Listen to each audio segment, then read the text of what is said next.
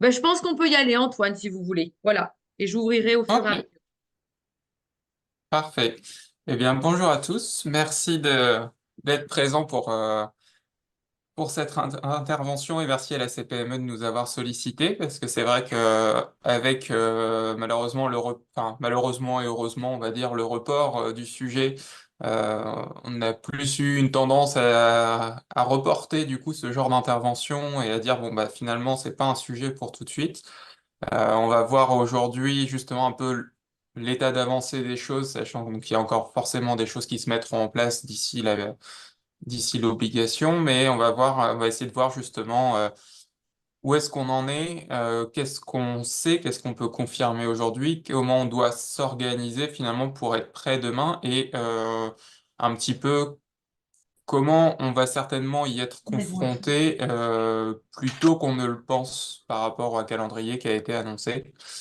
Euh, et puis voilà, quelques petits cas d'usage à la fin, parce qu'il y a toujours des cas particuliers. On verra qu'il y a 36 cas d'usage qui ont été listés en termes particuliers par l'administration, sur notamment tout ce qui va être notes de restaurant, les frais payés par vos salariés, etc. Donc, hop, allez.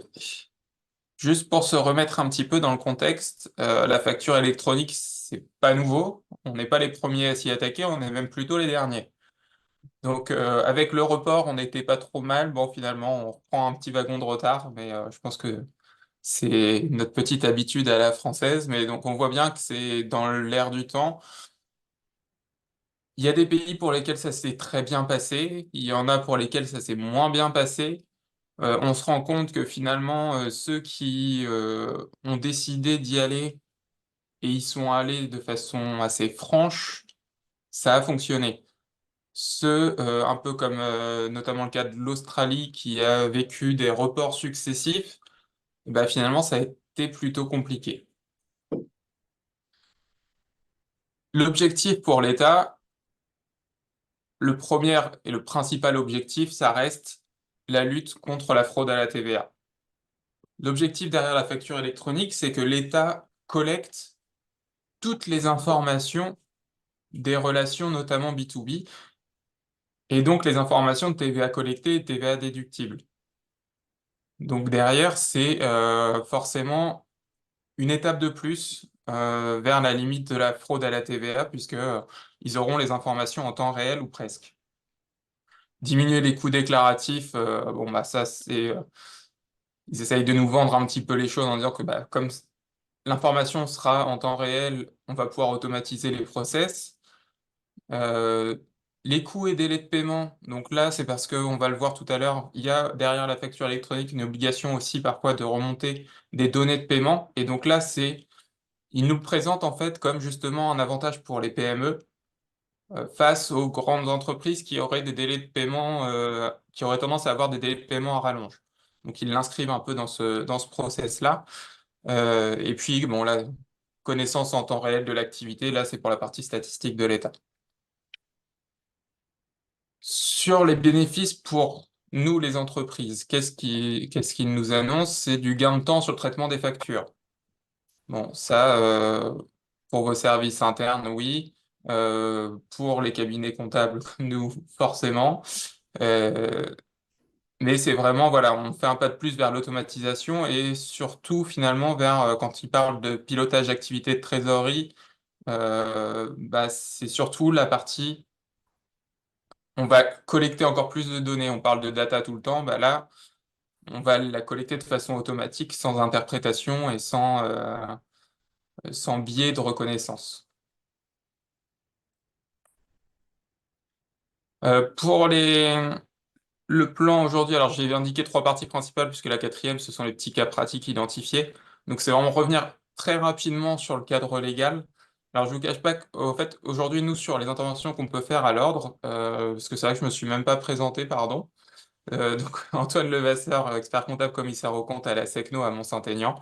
Je fais partie des experts comptables qui ont animé les formations de sensibilisation justement à la facture électronique, nous, au sein de l'ordre, auprès de des cabinets, que ce soit des experts comptables ou des collaborateurs. Et donc, c'est dans ce cadre-là que j'ai été sollicité pour intervenir aujourd'hui. Euh, et donc, je m'appuie là aujourd'hui sur cette présentation-là pour tout vous dire. C'est quand même une présentation donc, que j'ai retravaillée, mais nous, on fait une formation d'une demi-journée là-dessus. On est sur 4 heures de formation. J'ai essayé de condenser un maximum pour rentrer dans les 45 minutes aujourd'hui. J'espère avoir condensé suffisamment. Et donc, le cadre légal, on va essayer de passer assez vite là-dessus. C'est pas ce qui va nous intéresser le plus. On va s'attarder un peu plus quand même sur les données transmises et le format. Qu'est-ce que c'est? On entend tout le temps du coup la facture X. Qu'est-ce que c'est concrètement? Donc on va essayer de revenir là-dessus. Et puis l'écosystème, qui sont les intervenants et comment le schéma de transmission va se mettre en place ensuite. Et donc on finira par des petits cas pratiques. Alors, le cadre légal. Juste une petite frise chronologique pour vous montrer que finalement, c'est l'aboutissement d'un processus au niveau européen qui a commencé en 2006 avec le système commun de TVA. Euh, donc on a progressé donc pendant 10 ans, rien de plus. Après, ça a continué à évoluer jusqu'à aujourd'hui où, avec le décalage, on va arriver sur des obligations en 2026, septembre 2026, septembre 2027. Donc, au 1er septembre 2026, qu'est-ce qui va se passer? Les grandes entreprises et les ETI auront l'obligation d'émettre leur facturation en facture électronique. Ce qui veut dire que toutes les entreprises, donc y compris TPE, PME, auront l'obligation de réceptionner ces factures. Donc ça veut dire que même si vous n'avez pas l'obligation d'émettre, votre environnement, on va le voir après sur la transmission des flux, doit être adapté à la réception des factures émises par les grandes entreprises et ETI. Quand on parle des grandes entreprises et ETI, vous aurez tous de toute façon, vous serez tous concernés par les factures EDF, Engie, Orange et compagnie, à minima. Et au 1er septembre 2027, on a donc les TPE et PME qui auront l'obligation d'émission en plus de l'obligation de réception.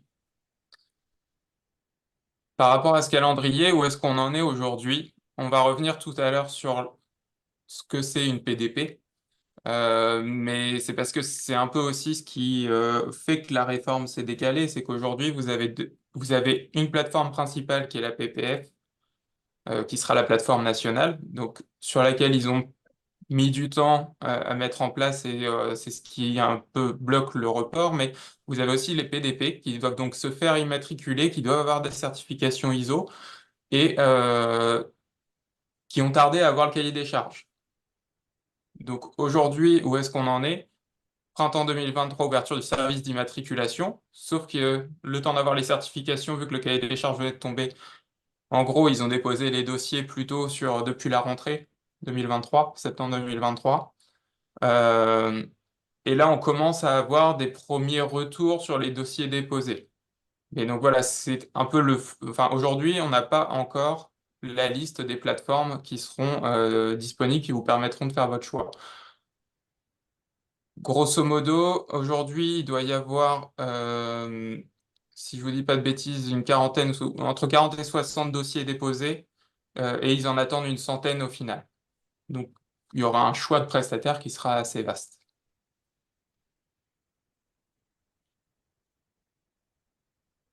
Quand on parle de facture électronique, qui va être concerné?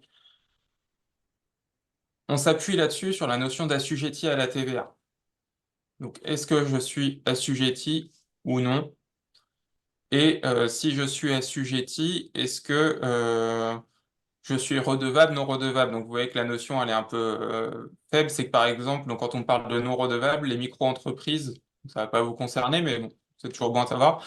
Tous les micro-entreprises qui ont du coup leur plafond enfin, on a la franchise en base, que ce soit en micro d'ailleurs ou pas en micro, on est assujetti à TVA, mais jusqu'à un certain montant de chiffre d'affaires, de recettes, selon l'activité, on est en franchise en base et donc on n'a pas de TVA à faire apparaître sur nos factures. Pour autant, on est assujetti et donc on aura l'obligation de la facture électronique. Ceux qui n'auront pas l'obligation de la facture électronique, bien qu'ils sont assujettis, c'est ceux qui n'opèrent que dans un champ totalement exonéré. Donc vous voyez qu'il y a une petite liste avec le domaine de la santé, l'enseignement, formation, opérations immobilières, association à but non lucratif, opérations bancaires et financières, opérations d'assurance et de réassurance. Et puis les opérations entrant dans le cadre du secret défense. Donc voilà, c'est des cas assez limitatifs quand même. Et puis ceux qui ne sont pas concernés, on retrouve donc les associations à objet non commercial, les particuliers forcément, et le B2B international. Donc on verra après justement comment on va y revenir juste derrière, mais forcément le B2B international, on ne peut pas avoir la même obligation alors que eux, le client du coup de son côté n'aura pas notre obligation de facture électronique. Et donc on a des nouvelles obligations qui apparaissent. On parle de e-invoicing, e-reporting. Et on va parler des données de paiement. Donc, dans quel cas je me retrouve dans ces obligations-là, qui sont rattachées à la facture électronique, puisque la facture électronique, c'est pas que le format de facture, c'est des obligations derrière. Donc, si je suis un assujetti, faut entendre par ici, fournisseur, c'est vous. Vous devez facturer, c'est vous le fournisseur et l'acheteur, c'est votre client. Donc, je suis assujetti, que je sois à l'option sur les débits ou par nature d'ailleurs sur une TVA sur les débits, ou que je sois à l'encaissement. Donc là, on va parler, si je facture un autre assujetti, on va parler de invoicing. Si je facture par contre un particulier ou une entreprise étrangère, je vais être sur du e-reporting.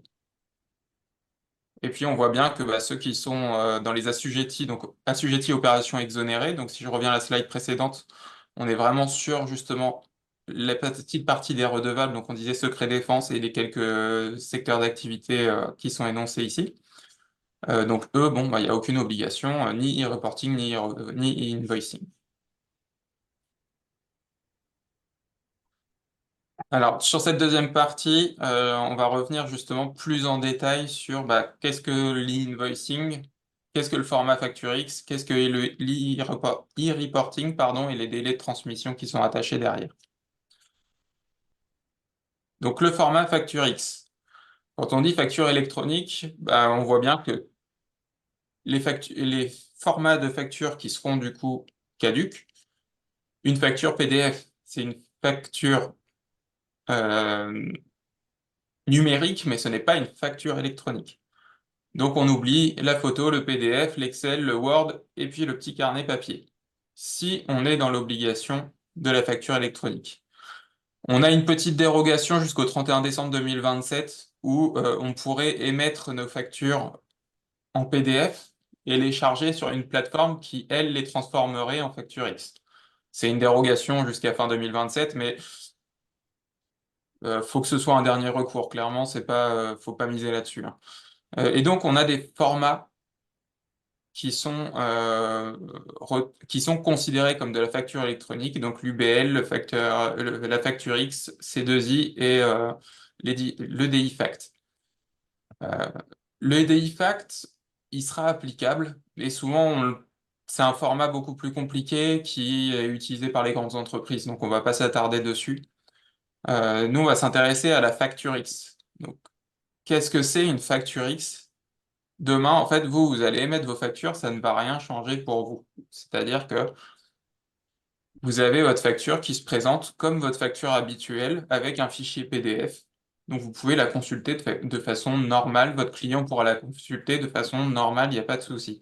La seule chose, c'est qu'en plus de ce fichier PDF, vous avez un fichier XML. Donc là, c'est du langage informatique et vous allez retrouver tous les champs obligatoires. Et donc, quand on parle de e-invoicing ou de remonter des données à l'administration, c'est ce fichier XML qui va les intéresser. Eux, le PDF, ils n'en ont rien à faire. Le PDF, c'est vraiment pour la relation commerciale. Le XML, c'est pour le traitement de la facture.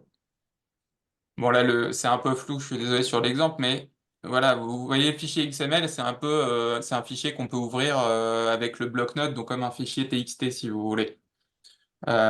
Et donc voilà, c'est très moche, c'est pas très lisible, mais ça contient beaucoup d'informations. Donc on va s'intéresser un peu plus à l'e-invoicing pour comprendre ce qu'il y a derrière. Donc là, juste pour le rappel du contexte, l'e-invoicing, je suis concerné dès lors que je suis un assujetti et que je vais facturer à un autre assujetti. Donc là, on est vraiment sur de la relation B2B française. Euh, et donc l'e-invoicing, voilà. Dans votre fichier XML, c'est un peu comme les obligations, enfin, ça se rapproche concrètement de nos mentions obligatoires sur les factures aujourd'hui, hein. Mais donc dans votre fichier XML, vous aurez vos mentions obligatoires, et donc il y aura 26 champs d'informations obligatoires dès le départ. Vous voyez, il y a toute une liste qui est assez importante. On retrouve, alors c'est des choses très simples qu'on retrouve déjà aujourd'hui sur les factures pour la plupart, hein. Mais vous retrouvez bien votre numéro, donc votre sirène, le numéro de TVA intracommunautaire, le pays, le pays du client, le sirène du client. Alors c'est là qu'on va avoir un peu de nouveauté quand même, parce qu'on a finalement, aujourd'hui sur nos factures, on avait le client, mais on n'avait pas forcément son sirène, son numéro de TVA intracom, on va le retrouver, la date forcément, numéro de facture, etc. Et donc hors taxe, taux de TVA, voilà, toutes des mentions assez habituelles. Donc ça, ce sera la première vague de déploiement. 26 mentions habituelles. Quand on va commencer la facture électronique, on sera sur ces mentions-là. Euh, Deuxième phase, on aura 8 mentions supplémentaires. Minoration de prix, dénomination précise du bien livré ou du service rendu, la quantité, le prix hors taxe de chaque bien livré. Donc là, on va retrouver le détail de la facture article par article. Adresse de livraison, date de facture rectifiée en cas d'une émission de facture rectificative. Ça, on pourra revenir dessus, mais euh, je crois que je ne l'ai pas mis dans les slides, cette partie-là. C'est en fait quand vous allez émettre les factures électroniques. À la limite, on reviendra dessus tout à l'heure dans les flux. Ce sera plus simple avec le schéma de comment ça communique d'une plateforme à l'autre. Donc là, ce sera des mentions supplémentaires. Et l'e-invoicing, c'est des remontées d'informations à l'administration fiscale tous les jours.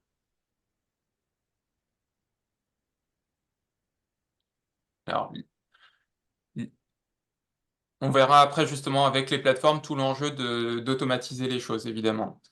Euh, Sur l'e-reporting, donc là, je suis un assujetti, je facture un non-assujetti, donc je vais facturer du particulier, je vais facturer une entreprise à l'étranger, je vais facturer un assujetti opération exonérée.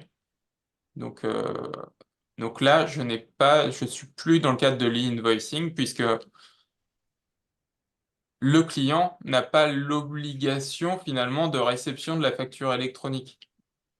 Si on prend le schéma, puisque lui, il n'est pas concerné, donc je peux pas être dans le même cadre puisque ce ne sera pas la même transmission d'informations.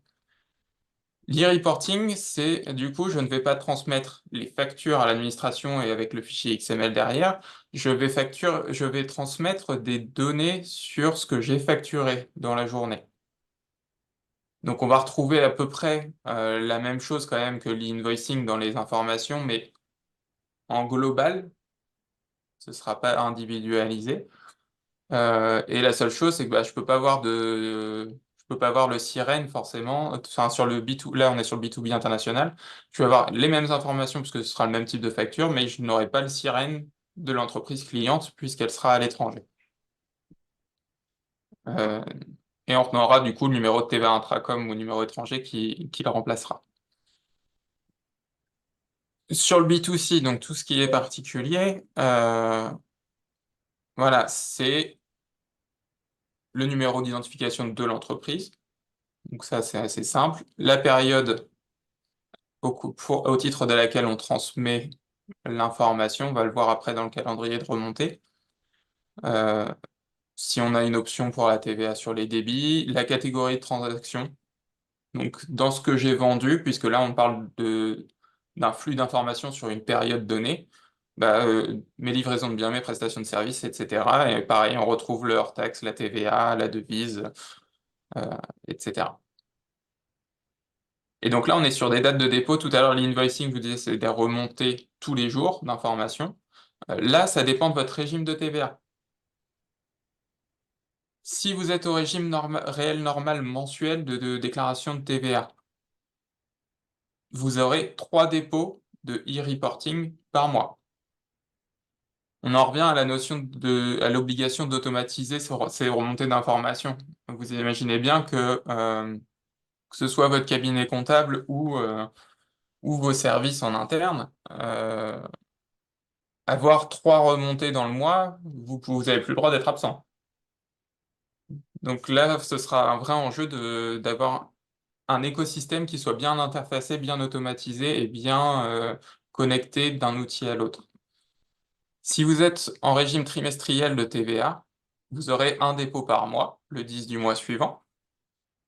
Pour le régime simplifié, donc la TVA, les entreprises qui seraient en TVA annuelle, donc c'est tous les mois, mais entre le 25 et 30 du mois suivant. Et puis si on est en franchise de TVA, bah, c'est tous les 2 mois, entre le 25 et 30 du mois suivant.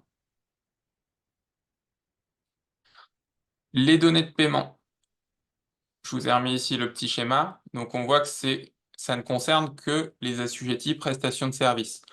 On n'oublie pas que le premier objectif de la facture électronique, c'est de lutter contre la fraude à la TVA. Donc forcément, si on veut parler de TVA exigible, bah, pour les prestations de services, il faut qu'on ait l'information du paiement. Et donc les données de paiement, ce sera de transmettre donc toujours le numéro de l'entreprise, la période au titre de laquelle on fait remonter l'information de paiement, les dates d'encaissement effectives, le montant encaissé par taux de TVA. Et s'il y a des opérations donnant lieu à facture, puisqu'on peut être soit en invoicing, soit en e-reporting avec les données de paiement, euh, on aura du coup les numéros de facture qui seront attachés. Donc là, on voit bien, hein, si on est en prestation de service, mais qu'on a opté sur les débits ou qu'on est dans le régime de l'autoliquidation, notamment pour le bâtiment, on ne sera pas concerné par les données de paiement.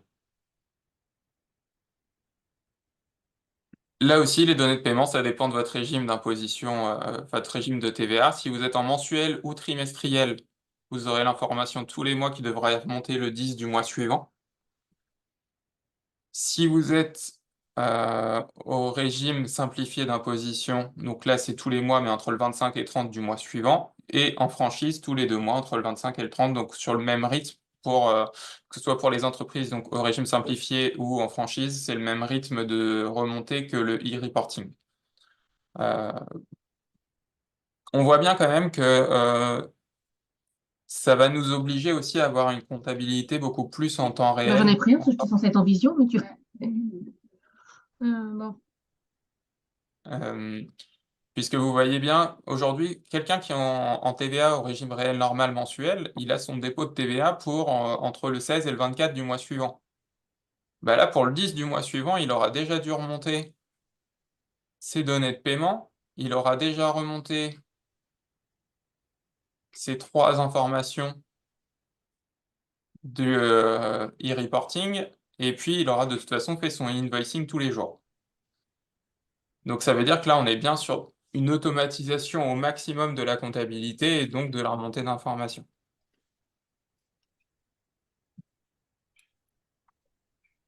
Si on s'intéresse du coup maintenant à l'écosystème de la facture électronique, donc vous avez 4 notions importantes là sur lesquelles on va revenir.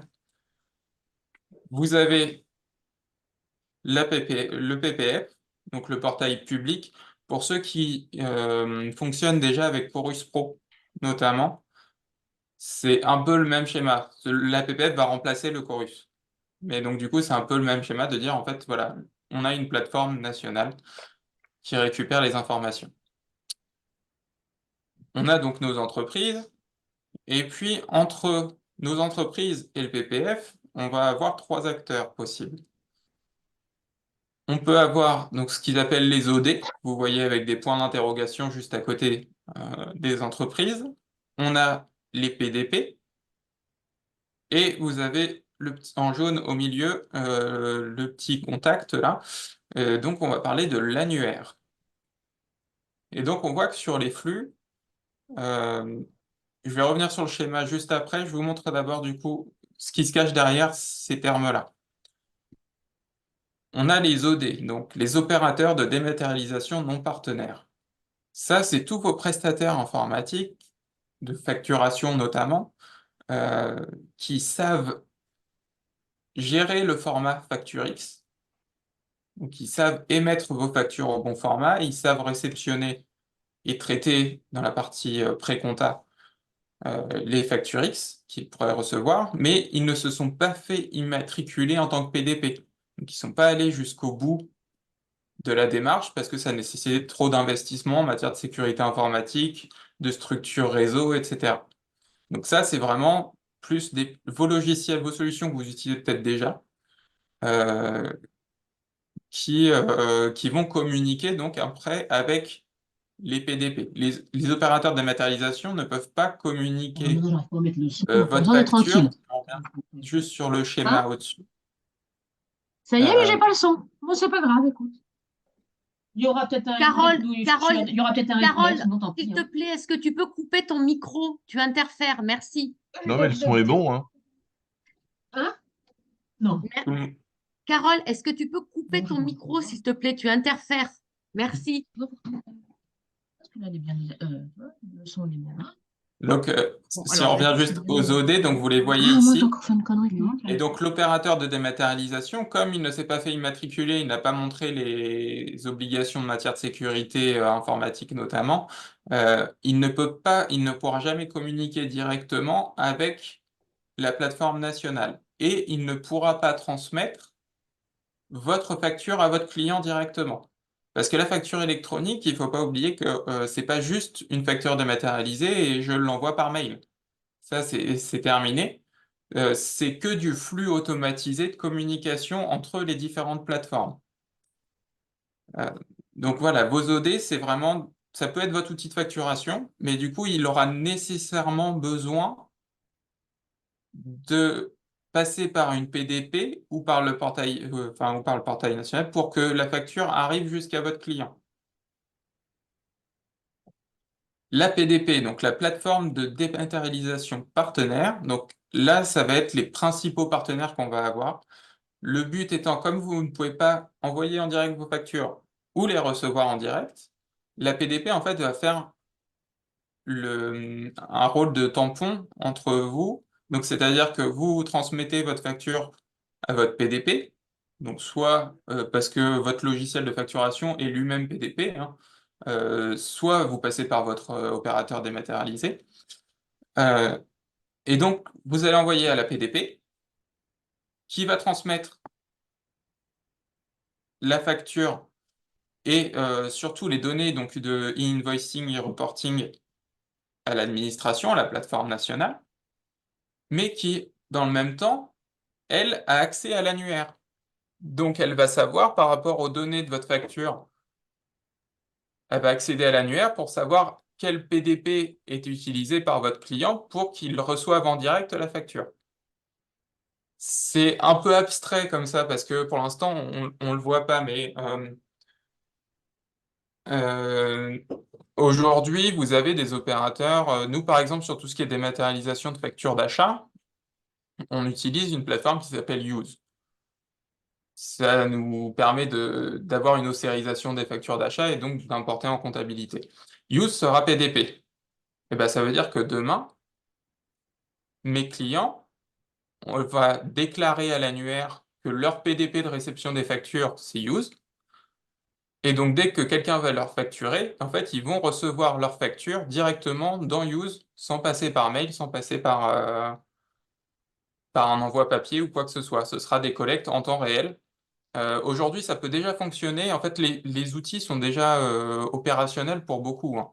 On a, par exemple, nous, je sais qu'on utilise aussi un logiciel comptable qui s'appelle PennyLane, qui émet déjà en facture X. Ils sont déjà adaptés. Et si, par exemple, nous, au cabinet, on fait notre facture sur PennyLane, notre client dont on tient la compta, bah, il est sur PennyLane aussi, par exemple. Bah, du coup, dès qu'on émet la facture, en fait, elle est déjà elle est en instantané, en quasi instantané dans la comptabilité de notre client. Et inversement. Donc là, on a l'impression que, voilà, que ça fait un peu usine à gaz quand même tout ça. Mais faut bien voir que le but, c'est de l'instantanéité. Ça, en fait, nous, on va pas le voir. Il faut juste que notre écosystème informatique soit adapté à ce schéma de fonctionnement. Quand je disais tout à l'heure qu'on peut être concerné par la facture électronique plus tôt qu'on ne le pense, on voyait que de toute façon, il faut que pour septembre 2026, on soit équipé pour la réception des factures. Donc ça veut dire qu'il faut qu'on ait déjà notre PDP qui va collecter nos factures pour nous. Après, ça ne vous empêche pas d'avoir du coup un OD entre deux, hein, comme on disait, si vous avez une plateforme qui est déjà, alors je ne sais pas s'il y en a qui utilisent par exemple des solutions comme Dext, Regat, des choses comme ça, des solutions de pré-compta. On en a beaucoup quand même maintenant. Donc qui sont principalement en opérateur dématérialisé et qui nouent en fait des partenariats avec des PDP. Nous, on a la PDP de la profession jefacture.com par exemple. Donc voilà, ils construisent leur écosystème et leur interopérabilité ensemble. Ce qui fait que pour vous, ce sera vraiment neutre finalement. Mais donc, on aura l'obligation de réception dès 2026. Donc, de toute façon, si on a l'obligation de réception, on sera prêt à émettre. On n'aura pas l'obligation, mais on sera prêt à émettre. Et puis, bah, nos clients, ils seront aussi équipés. Et si vous avez dans vos clients quelqu'un qui, justement, lui, est déjà dans l'obligation, tout son écosystème informatique et toutes ses procédures internes de collecte des factures, de traitement des factures d'achat vont être adaptées à la facture électronique. Vous n'êtes pas à l'abri qu'ils viennent vous dire justement, bah, pour travailler avec moi, par contre, vous m'envoyez de la facture électronique. Donc vous n'aurez pas l'obligation d'e-invoicing, d'e-reporting, etc. Mais ça veut dire qu'il faudra que vous soyez déjà prêt à évoluer dans cet écosystème et à transmettre les informations, vos factures à votre client de cette façon-là. Donc attention quand même, quand on dit 2027 pour l'obligation d'émission, on peut bien être concerné avant. Et peut-être même encore avant, avec la phase de test sur 2025, bah, peut-être que certains vous demanderont de commencer à le faire de cette façon-là. Et donc le PPF, le portail public de facturation. Donc comme je vous disais, c'est l'espèce de chorus. Euh, Son rôle, en fait, les factures, on le voit hein, dans le schéma ici, vous avez les flèches rouges pour les transmissions de factures. Ça peut passer par le PPF qui va les rediriger vers les entreprises si elles sont en direct ou vers les PDP quand elles sont sur l'annuaire. Mais ce qui l'intéresse surtout, c'est la transmission des données extraites des factures, donc l'e-invoicing, puisque c'est ça qu'il va transmettre à l'administration fiscale, et les données d'e-reporting. Donc on voit bien dans le schéma que l'administration fiscale ne récupère pas votre facture en elle-même. Elle récupère les données qui sont attachées. Et le portail public national, son rôle, c'est de mettre à disposition l'annuaire. Et l'annuaire, il sera alimenté par les PDP directement. C'est que demain, vous choisissez votre PDP, et ben, elle va se signaler au portail public, au PPF, pour lui dire, concernant telle entreprise, les factures de vente passeront par ma PDP.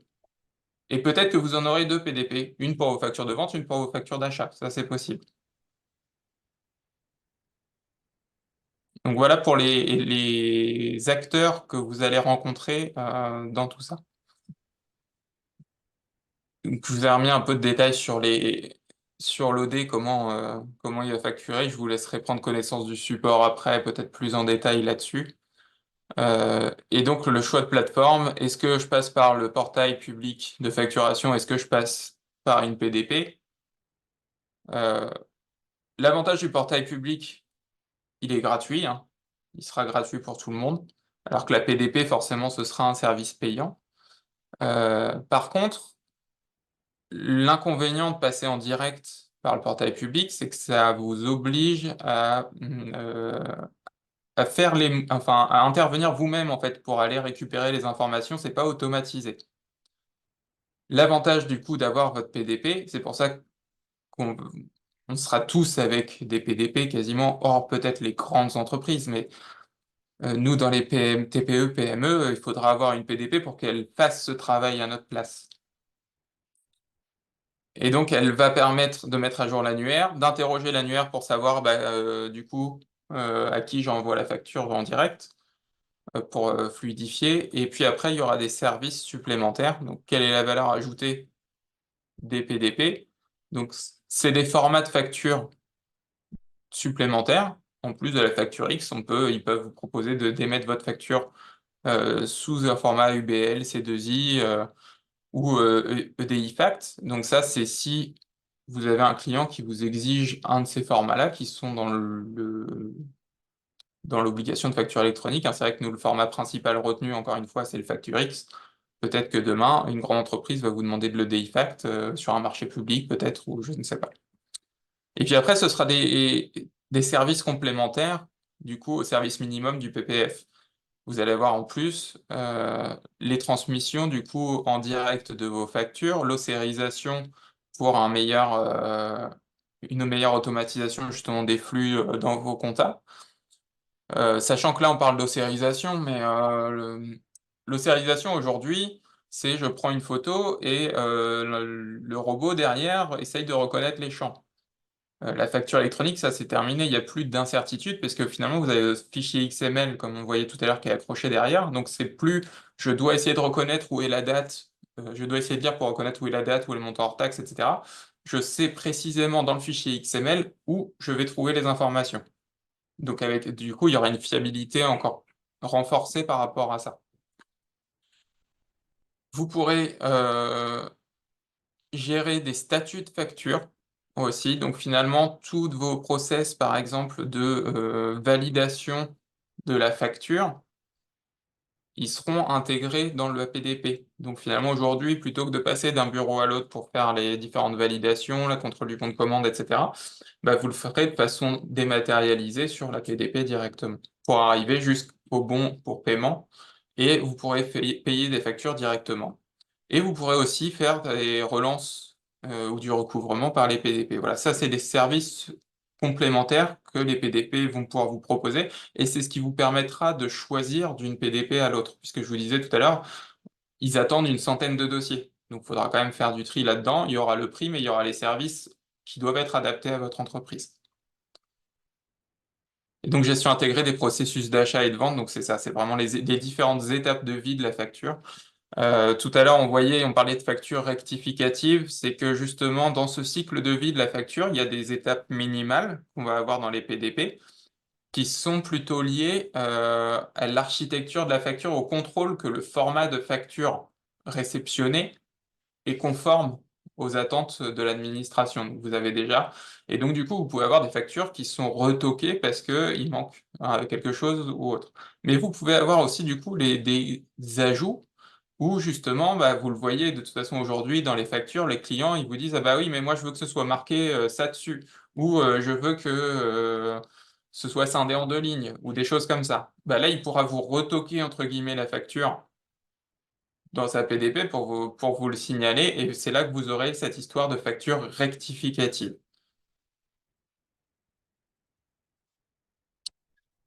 Donc voilà, pour l'annuaire, comme on était sur les notions, donc les quatre notions principales, OD, PDP, PPF et donc l'annuaire. Donc c'est vraiment les comptes de réception de factures que vous allez avoir. Et encore une fois, l'intérêt d'avoir une PDP, c'est qu'elle s'occupe de mettre à jour l'annuaire pour vous et d'aller l'interroger pour vos clients. J'ai pas fait attention. Oh, au niveau du timing, ça va. Donc, quelques cas pratiques spécifiques, c'est ce que je vous disais. L'administration a déjà anticipé certaines questions à se dire comment on va faire pour ci ou ça. Et donc, elle a listé 36 cas de figure particuliers sur lesquels elle se positionne à dire qu'est-ce que vous devrez faire. On a le cas notamment, là on va revenir un peu sur la partie note de restaurant ou facture payée par un tiers. Donc les frais que vos salariés vont payer et que vous leur remboursez après. Donc comment on gère ces cas de figure-là? Et je sais qu'il y a notamment aussi les tickets de péage les acomptes, voilà. Il y a pas mal de choses, faut pas hésiter à aller voir. Euh, Nous, à l'ordre, on a aussi justement des plaquettes d'informations sur différents cas de figure, donc faut pas hésiter à solliciter votre expert comptable là-dessus. On est là pour ça aussi. Si on prend justement les factures de frais, donc là, vraiment, c'est pas, le salarié n'utilise pas la carte de l'entreprise, hein. Il paye à titre personnel et se fait rembourser ensuite. Donc c'est là qu'on va parler de notion de tiers payeur. Soit c'est une opération qui nécessite une facture, auquel cas il faut bien que la facture soit au nom de l'entreprise, pour qu'il y ait toutes les mentions qu'on a vues tout à l'heure, et on rentre dans le cadre de l'e-invoicing, et c'est juste que dans la donnée de paiement, on renseignera que c'est payé par un tiers. Si par contre c'est justement un ticket de restaurant ou autre, bah, on n'a pas de facture au nom de l'entreprise, ou la facture est au nom du salarié. Bah là, on sera plus dans l'obligation d'e-invoicing, ça rentrera uniquement dans l'obligation de e-reporting, puisqu'on n'aura pas de facture attachée. Et là, en fait, dans ce cas de figure-là, on ne sera pas considéré comme du B2B, même si on rembourse le salarié, on sera sur un cadre de B2C.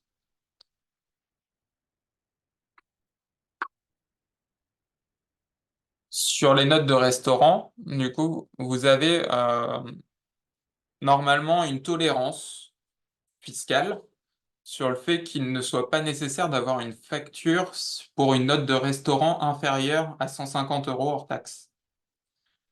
Cette tolérance, elle sera toujours applicable. C'est-à-dire que il suffira que vous ayez un ticket, que ce soit payé par l'entreprise ou pour vos salariés, c'est pareil. Donc juste le ticket, donc on est sur du e-reporting. On signalera dans le e-reporting, on remontera l'information qu'on a eu ces achats-là. Et dans le e-invoicing, si c'est au-dessus de 150 €, puisque là, il faudra que le restaurateur nous émette une facture au nom de l'entreprise.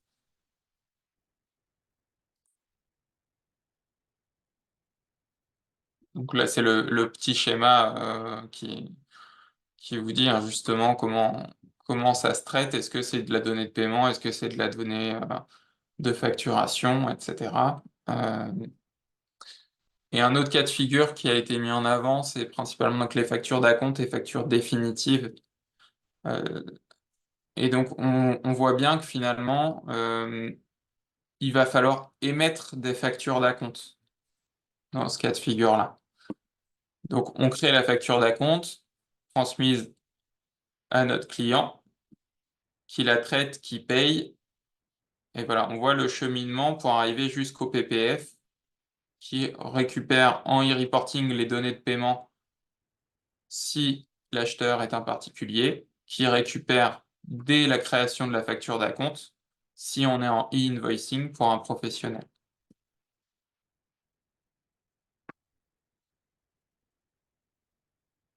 Donc là, voilà, vous retrouvez en détail. Donc le commerçant établit une facture d'acompte de 30% en indiquant les montants hors taxes et de TVA, ce qui travaille à la fois avec des particuliers et des professionnels. TVA exigible à l'encaissement de l'acompte, que ce soit livraison de biens ou prestation de services, hein, on a maintenant la même règle. Donc en e-reporting, bah, il va signaler la transaction si c'est un particulier. En invoicing, il va remonter sa facture directement.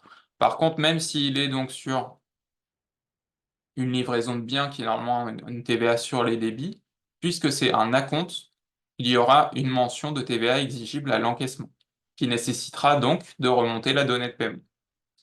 Et à la facture définitive, ben, on va retrouver un fonctionnement classique, de la base hors taxe, l'invoicing ou e-reporting si on est avec un particulier.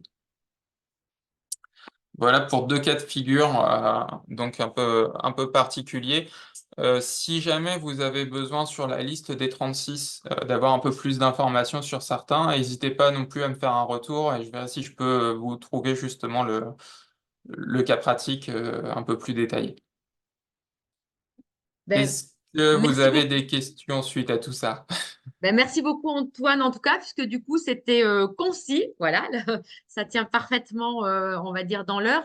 Est-ce que maintenant, voilà, vous avez, donc il n'y a pas de questions sur le chat, mais peut-être certains d'entre vous veulent poser des questions directement à Antoine.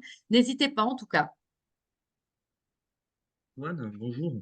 Euh, Bonjour. Nicolas de la CPME de l'Orne. J'ai pris un peu en cours le webinaire, mais moi sur le terrain, j'ai beaucoup d'adhérents qui me disent, bon, moi je veux pas être trop concerné, enfin je m'inquiète pas trop parce que j'ai mon expert comptable qui va me proposer une solution, ou j'ai Sage, ou j'ai autre chose, et donc ça va bien se passer. Et moi je leur dis qu'ils vont avoir quand même un travail à faire sur leur CRM, peut-être de remplir tous les sirettes de leurs fournisseurs, etc. Et donc, pour 2024, est-ce qu'on pourrait avoir une sorte de rétro-planning, de préparation, enfin, de ce que nos adhérents devraient mettre en place en amont pour ne pas être au dernier moment dans on va Bah, dire, dans le flux, et puis de pouvoir choisir un partenaire dans l'urgence, quoi.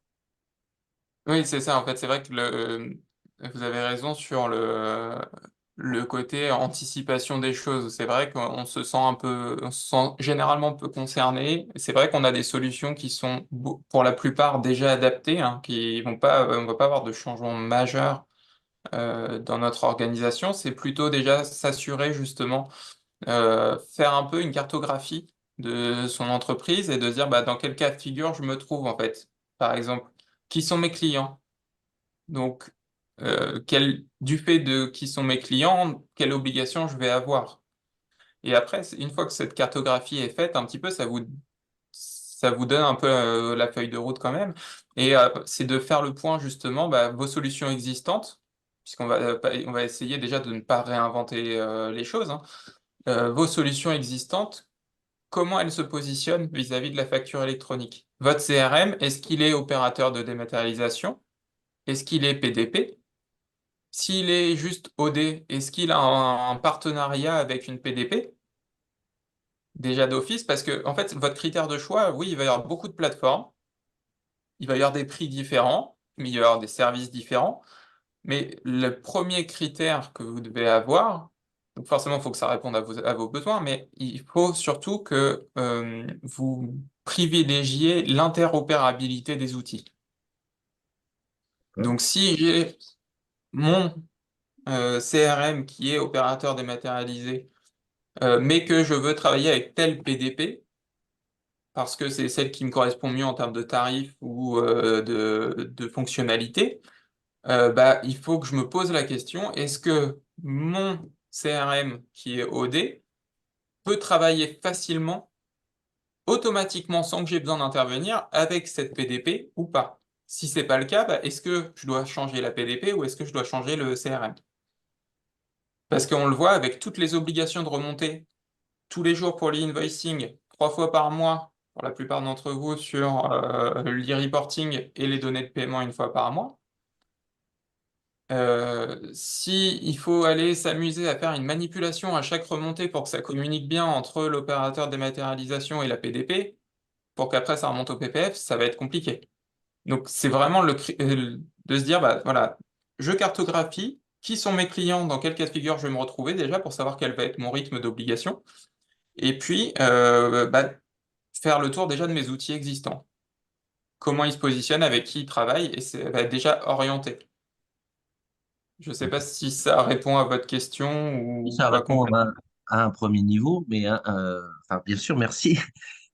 Et en deuxième niveau, est-ce qu'il y a je dirais, des réflexes à avoir dès maintenant, par exemple, comme je vous le disais, à récolter les sirettes des fournisseurs, à les collationner, à les mettre dans son CRM. Enfin, ils sont pas tous avec du Sage, par exemple. Je sais pas si Mhm. dans Sage c'est natif et c'est obligatoire. Voilà. Donc, est-ce que par exemple il y en a d'autres notions comme ça qui seraient obligatoires dans les futures factures électroniques et qui seraient déjà utiles de saisir en amont sur l'année Ah bah, 2020? oui, je dirais que de toute façon, dans ce que je vous ai présenté, vous avez l'intégralité justement des mentions obligatoires des factures Je m'excuse. qui seront, enfin en tout cas des mentions qui seront remontées par l'e-invoicing. c'est cette partie qui va être la plus contraignante. Donc, dès lors que vous vous assurez d'avoir ces informations-là dans vos fiches clients, vous serez opérationnel. Donc, c'est sûr que ce travail de recensement, il peut déjà être fait si justement on a tendance à créer les fiches clients en mettant juste le nom, l'adresse. Bah oui, il va peut-être falloir aller plus loin, revérifier qu'on ait bien les sirènes, les numéros de TVA intracommunautaires, etc. Ouais. Donc, nous, on peut évangéliser nos adhérents sur cette thématique-là. Oui, Bon, oui, oui, bien sûr. Mais après, attention quand même à un point, c'est que il faut que ce soit fait un peu en parallèle avec le choix des outils. C'est-à-dire que si en fait ça vous amène demain à changer d'outil, faut quand même s'assurer que tout ce travail de recensement que vous allez faire, enfin que vos adhérents vont faire, ils puissent le faire muter dans le nouvel outil, qu'ils soient pas obligés de recommencer derrière. alors, dernière question pour ma part. Ça veut dire que si un conseil, ce serait peut-être de leur préconiser de mettre ça dans un fichier Excel qui pourrait être Bah, euh, en tout cas, custodiel. de s'assurer, s'ils le font dans leur outil, ça c'est pas un souci, mais de Ouais. s'assurer que justement ils pourraient l'exporter par exemple sur de l'Excel pour avoir une base de données qu'on pourrait réimporter par ailleurs s'ils changent d'outil. Ok, top. Merci beaucoup. Voilà, c'est juste s'assurer de ça pour vraiment éviter de refaire le travail une deuxième fois. Merci. Moi, j'aurais une question concernant Chorus. Oui.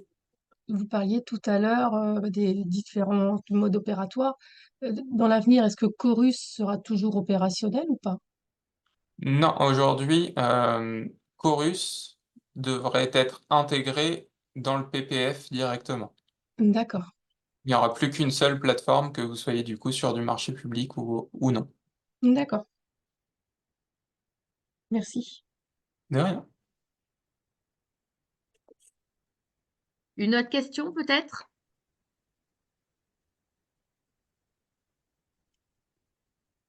Non, il y a eu beaucoup du coup, d'informations qui sont passées. Merci beaucoup, Antoine, pour la présentation qui Je vous en était prie, j'espère que très vous y claire. voyez quand même un petit peu plus clair, même s'il reste certaines zones de flou.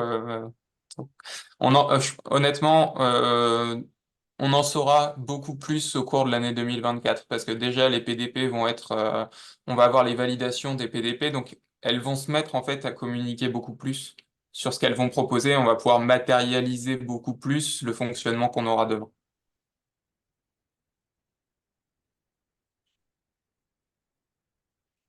Ben, s'il n'y a pas d'autres questions, on va clôturer. Encore merci, Antoine, pour la présentation. Donc, le prochain webinaire de la CPME Normandie sera le 19 janvier, pardon. Et en fait, le thème sera le partage de la valeur. Il sera animé par un de nos adhérents, donc Johan Gontier, ainsi que notre collègue Franck Barré. Voilà. Merci à toutes et à tous pour votre participation. Et puis, bonne journée et bonne fête de fin d'année. Voilà. Au revoir. Merci. Bonne journée à tous, bonne fête de fin d'année. Au revoir. Au revoir.